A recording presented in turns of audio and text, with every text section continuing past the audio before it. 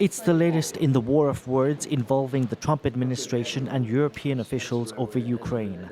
On Sunday, Elon Musk responded to a comment on X and said his Starlink system was the backbone of the Ukrainian army, adding the entire front line would collapse if he turned it off.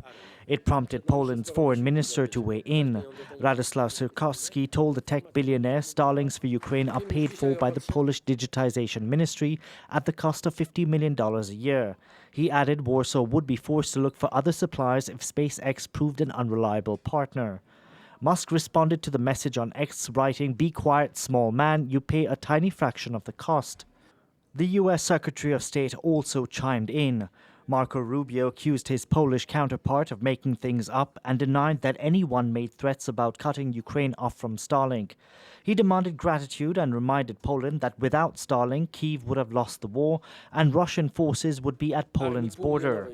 The Polish Prime Minister is now cautioning against arrogance. In a message on X, Donald Tusk called for respect among partners and allies. The American public is beginning to realize that the activities of companies such as Starlink in Ukraine is not only charitable, but also helps Ukraine, if only by the fact that it pays for Starlink's subscription. Last year, Ukraine said it had around 42,000 Starlink terminals. During the war, they've been the most reliable means of communication and have enabled troops to observe what's happening on the front lines.